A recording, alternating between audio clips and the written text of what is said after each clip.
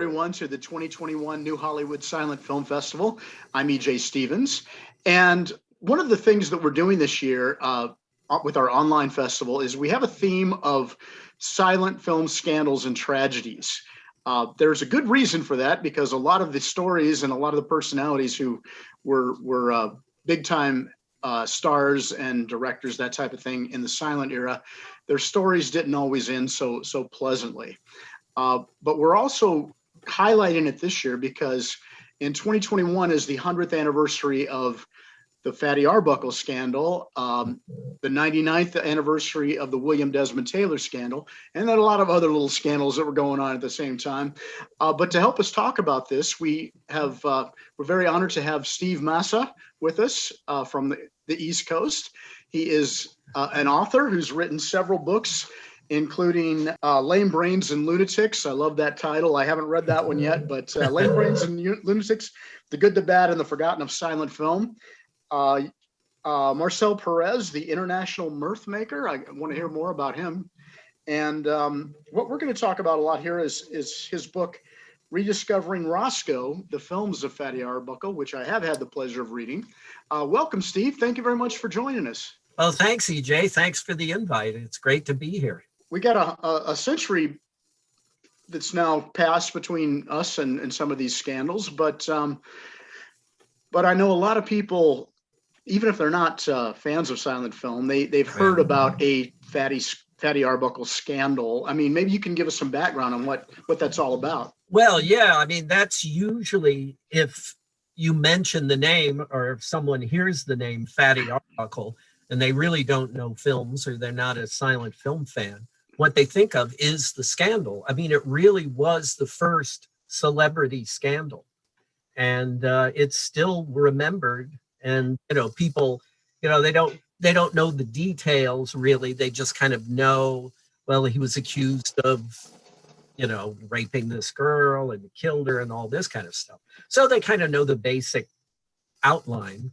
But unfortunately, that's what, even after 100 years and I mean, he was found innocent, and over the years he was allowed to go back to films after being banned for a while.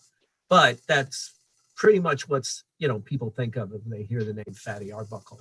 Yeah, well, we'll talk about the scandal a little bit more here. But what you've done is you've written a book to reintroduce everybody to the films of Fatty Arbuckle, which is what we hope that people will start remembering more than just the scandal. Well, the reason I did that is because a lot of the earlier books, like The Day the Laughter Stopped and Room 1219 and Framed, they focused on the scandal. That seemed to be the main event of the book, was really the main focus. And I've seen a number of, I've seen tons of his films. I did a program at the Museum of Modern Art in 2006, a retrospective of his films. So I've always felt that the films were sort of neglected, and his work as a comedian and as a director and all-around comedy creator has always been, obscured by the scandal. So, my purpose was to do a films of book and go film by film, all his films, and give commentaries on the ones that survive that we can see, but then try to gather as much information as I could on the ones that are missing, as far as plot synopsis and reviews at the time, or any kind of items about their making and photos, to just really devote to the work and try to give a real overall, comprehensive view of the work itself. Which is a really great thing, because for those of us who have been lucky enough to see Fatty Arbuckle films, they're funny. I mean, they still hold up. And that guy he really had, for a big guy, he was very dexterous. I mean, he was amazingly fast and light on his feet. He had also an amazing dexterity with props. Because you'll see a lot of films where he's a butcher or he's a chef, and he'll take a knife and throw it over his shoulder, and it'll flip in the air and land point down on the counter. He'll throw things, and he won't look where they're going, but they go exactly where. And so it's amazing. Of course, I found statements where he talked about filming those sequences, and they had to do a lot of takes. It took a lot of work to get that kind of perfect timing and everything to go perfectly. But he was an excellent comedy director.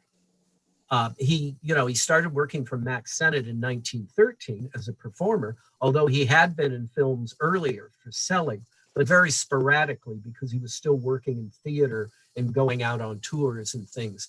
But in 1913, he was signed with Max Sennett and quickly became one of Sennett's stars. And then within the year, he was directing his own films and, really creating them and writing them with his staff. He had a staff of gag writers and assistant directors, but he was really the guy in charge.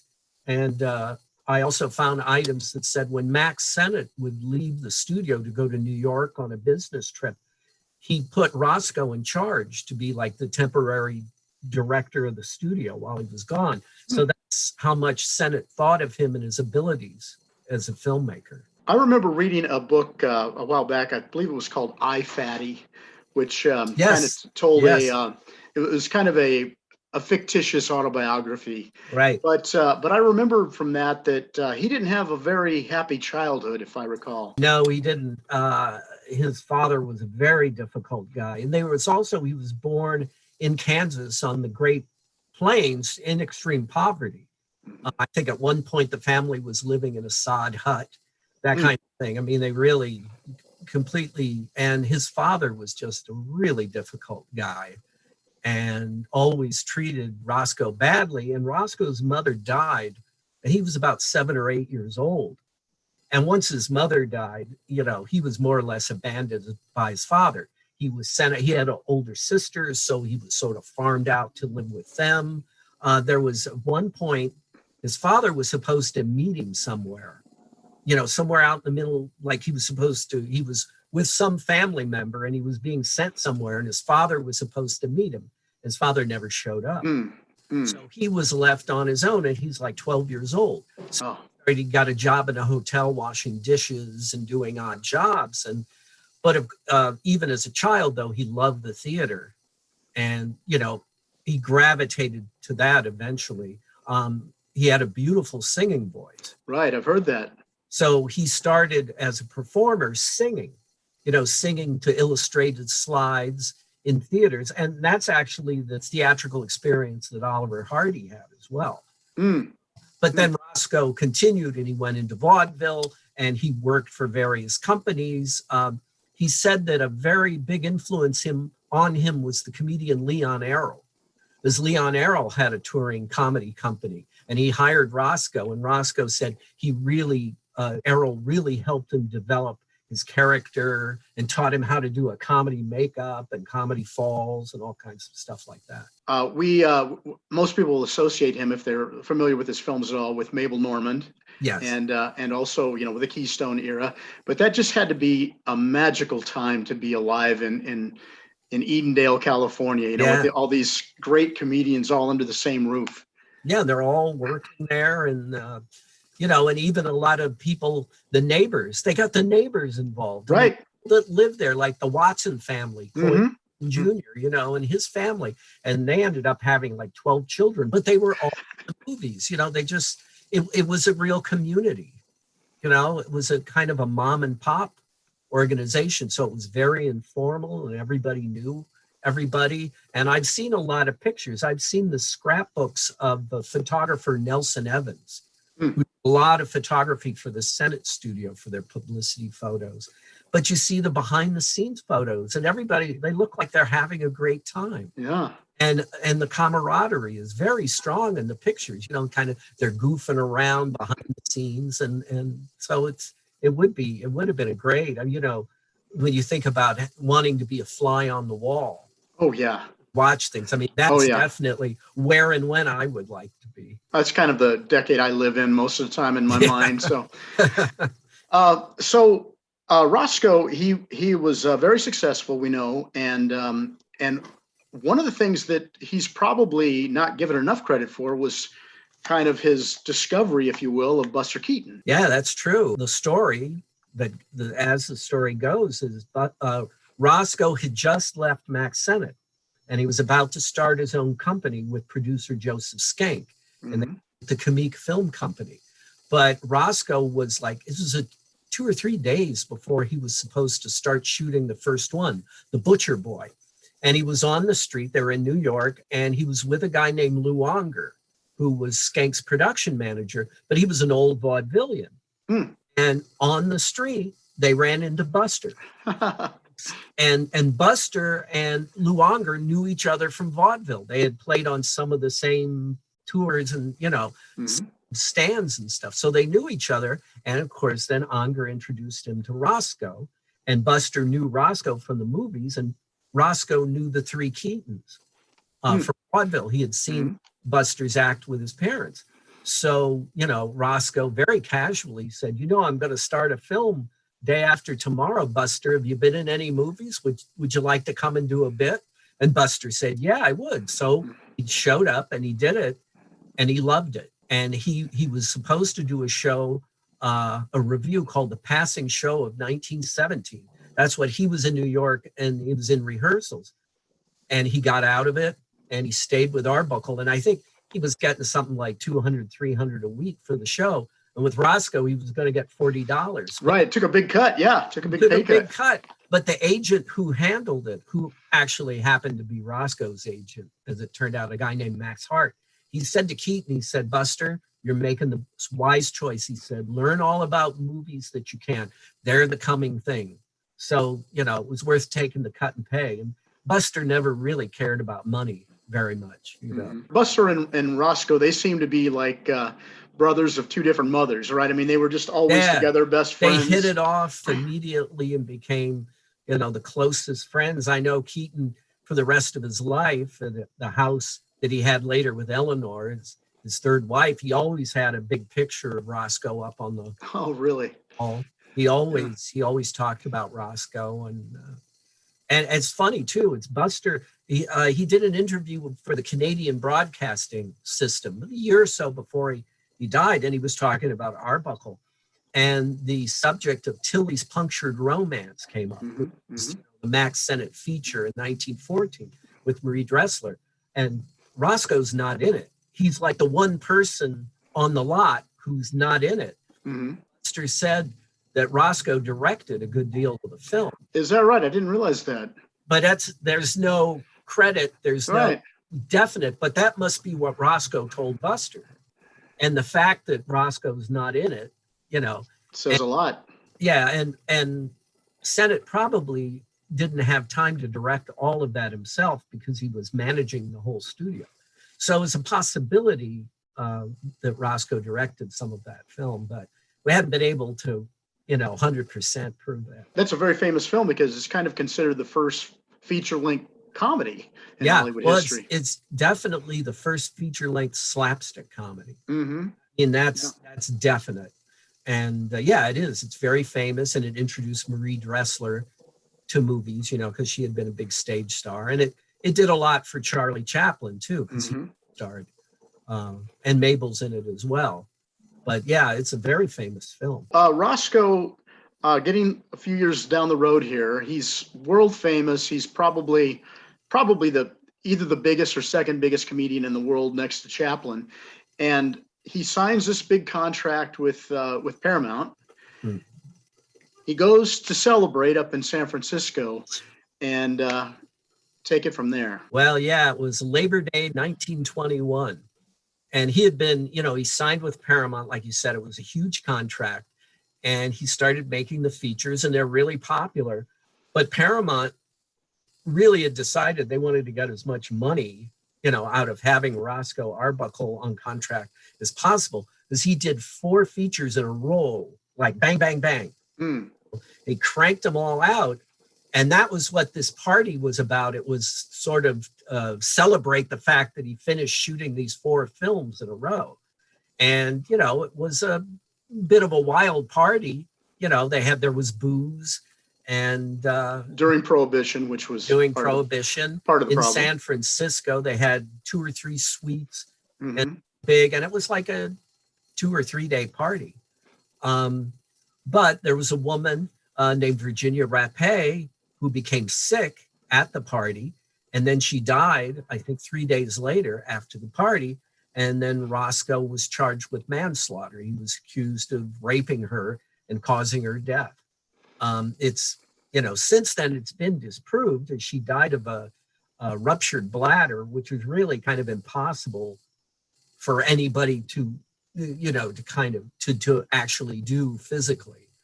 But there was a district attorney in San Francisco, a guy named Matthew Brady, and it seems like he really saw that as an opportunity to become a national figure, you know, with prosecuting Arbuckle and, you know, bringing Hollywood to task. And also the people in San Francisco kind of resented the fact that the Hollywood people came and used their town like a party town. They'd leave Hollywood and go to San Francisco. But it kind of backfired on Brady. It didn't really make him a national figure.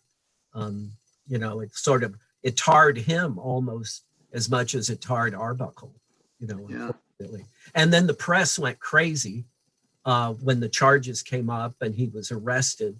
And, you know, the papers had a field day and they made all kinds of doctored photographs of Arbuckle behind bars or Arbuckle with liquor bottles. And you see these photos today and they're ludicrous. You know, they're just so obviously whatever the early version of Photoshop was. But people at the time who saw these in the newspapers believed it. Yeah, so it's like overnight, Fatty goes from a beloved character to a national pariah. A reviled figure. Yeah. Yeah. And so even though he was acquitted, his career, he was guilty in the public's eye. Oh, yeah. Well, you know, it's interesting. I mean, there were 3 trials. There were 2 mistrials, and then he was found innocent at the 3rd trial, and the jury issued an apology.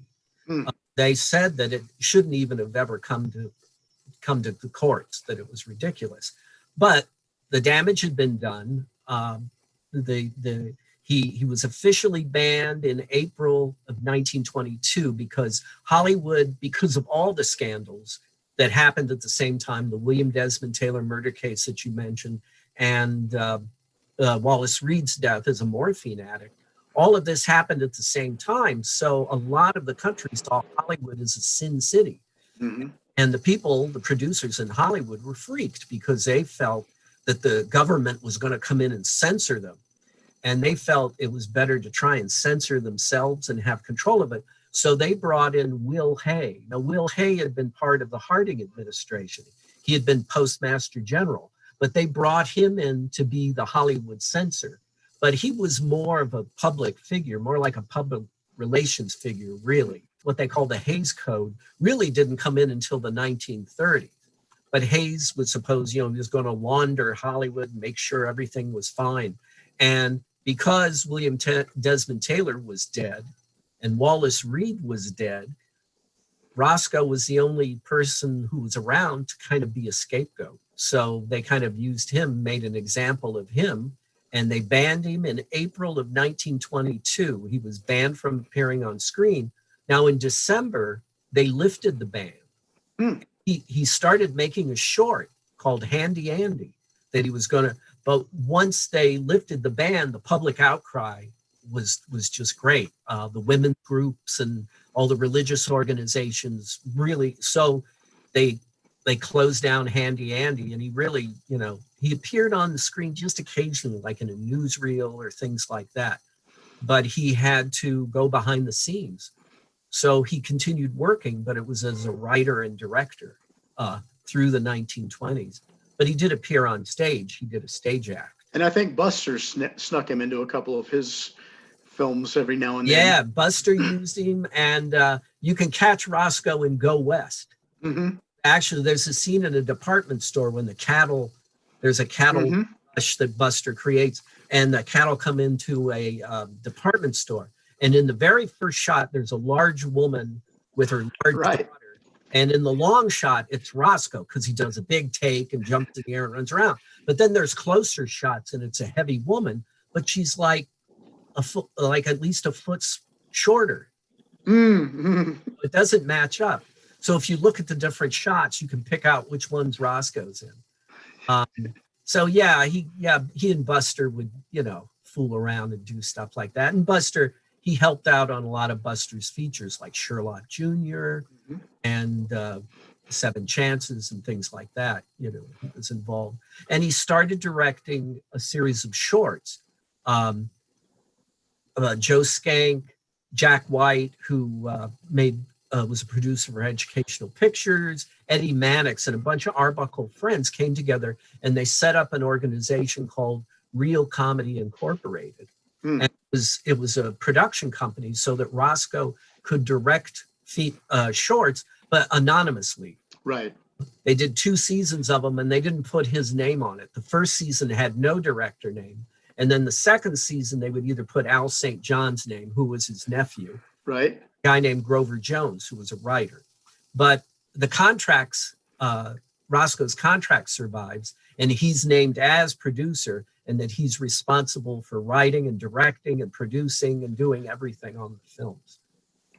So he kept working that way, and then he went on to work for Educational, directed Lupino Lane and Lloyd Hamilton, and he actually directed 2 features in the 1920s. He directed The Red Mill with Marion Davies and another feature called Special Delivery with Eddie Cantor. So, you know, he did keep busy, and he was doing a stage act. And for a stage act, he made little films that they would show before he came on.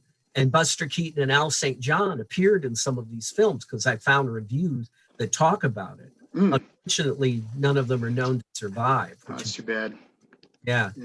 But so he did, you know, he did remain busy, but he was deeply in debt after the trials. The trials wiped him out, and he had to sell his house to Joe Skank because, you know, just to kind of try and keep afloat. So the Real Comedies Incorporated and the other, you know, was what he needed to have an income. There were several films in the can that were scheduled to be released when he got arrested. Yeah. And they pulled the plug on all those. Those Paramount features. Yeah. There were 4. One was released for about a week. Remember which one? It was like Gasoline Gus or one of them. But it was only released for a week, and then the scandal broke and it got yanked. And then the 3 others were never released in America. Now, Paramount made a big deal about, we've destroyed the nitrate, we've destroyed the negative. But they made copies for Europe because Roscoe films were still being shown in Europe. So they were released in Europe. And ones that have turned up, Leap Year is one that's available to be seen. I think that was found in England. There's another one, Gasoline Gus and Crazy to Marry. Those have turned up like in the Russian archives and archive in Brussels. So, you know, but there's still a lot of those features that are missing. And a lot of it is because, you know, because of the scandal, then people dropped the films. And a lot of his earlier films have been lost because of that as well. One of the things I always thought was a real shame, I mean, Roscoe was funny. He was great. I think he's just really an underappreciated talent. But I always thought that he would have been one of those guys that would have made the transition to talkies very well. You know, he did do 6 talkies. I don't know if you've seen them. I've never seen one. He got a chance at a comeback. In 1932, he got an offer from Warner Brothers Vitaphone Shorts. So he came to New York and he made 6 shorts for them. And they're great. You know, he had a nice, very soft-spoken voice, but his voice fit his character really well. And he went back, you know, when he had been in features, had been a little more sophisticated, doing a little more farce comedy and sophisticated comedy. But for the shorts, he went back to kind of Keystone slapstick. They worked very well, and he was kind of reusing old gags. In the second one called Buzzing Around, Al St. John comes back and sidekick, and they have Pete the Pup too from so they're all in it, and they're really good. TCM shows them quite a bit, you know, because Warner Brothers Turner owns them. But he did very well in sound, and when he died, they were talking to him about doing more shorts and perhaps moving on into features. So I do think if he had lived, he would have continued. You know, we've got features, he probably would have gone into television, like so many of them, you know, like Burns and Allen. You know, they did stage, they did films, they did television. You know, they just Eddie Cantor. They just move on. Right. So I'm sure he would have continued working. You know, it's just he was 46 when he died. Yeah, I mean, he died prematurely. I'm sure his size and also all the years of stress The stress. he went Well, through. Yeah. and he was like a lot of people of his generation. He was, you'd say, kind of a hard drinker. I think Yeah. it Yeah. doesn't help. He and Buster, you know, because Buster had his own issues. Right. But it is, I'm sure, a lot of the stress of the trial. I mean, that would take years off your life. One of the things I do out here is my wife and I, we have a tour company, and we take people around to different sites, you know, around Southern California, a lot of silent sites. But there's one of our more popular tours is we show the history of baseball in LA. So we start with, you know, like the old Pacific Coast League and other things. But what a lot of people don't realize is Roscoe had a big influence on baseball in Southern California because wasn't he involved with the Vernon Tigers? I think he owned the Vernon Tigers, right? Yeah. And if you live in Southern California, I mean, you've got LA, you know, 4 million people, and next downtown there's this little district of a couple thousand people called Vernon, and you were mentioning his drinking. Well, the reason he had the Vernon Tigers was because that was one place in America where you could legally drink during Prohibition. So I think Roscoe and Buster drank up all the profits, but because he was a big baseball fan, as was Keaton. That's right. And there's some of the things they would do. They would have celebrity nights where Roscoe and Buster and their friends would play, you know, visiting teams. But yeah, he had a big influence on baseball in Southern California. A lot of people don't realize that. Did he have to get rid of the team? I think he had to sell it to pay some of his court costs, something like that. You know, after the court costs, he was liquidating everything. His home and that must be when he got rid of the Tigers too. I think. As I said at the beginning, there were a lot of unhappy stories going on at that time. William Desmond Taylor, you mentioned him. He was murdered at roughly the same time as I think the third trial or something like that. Yeah. And so you're right. Hollywood was looked on as, you know, Gomorrah. It was, you know, City of Sin. One of the things we did for this film festival is our friend Carrie Bible gave us a tour of Hollywood Forever Cemetery. And you talk about these two premier scandals. Well, now Virginia Rapé is buried about 100 yards from William Desmond Taylor. I mean, so it's like even in death, they're connected. During the trial, Roscoe was reviled. The press kind of painted Virginia Rapé as this virginal kind of girl. And then years later, the pendulum kind of swung the other way, and people trying to defend Roscoe kind of reviled Virginia Rapé. Right. It's not fair either. So the truth is always kind of in the middle. Because I think Virginia Rapé kind of gets a raw deal today. I agree. Well, Steve, thank you so much for taking the time and shedding a little bit more light on especially Roscoe's films and also some of the other people you've written about. And like I said, hope to see you in the future. All right. Thanks, EJ. And thank you all for joining us here at the 2021 New Hollywood Silent Film Festival.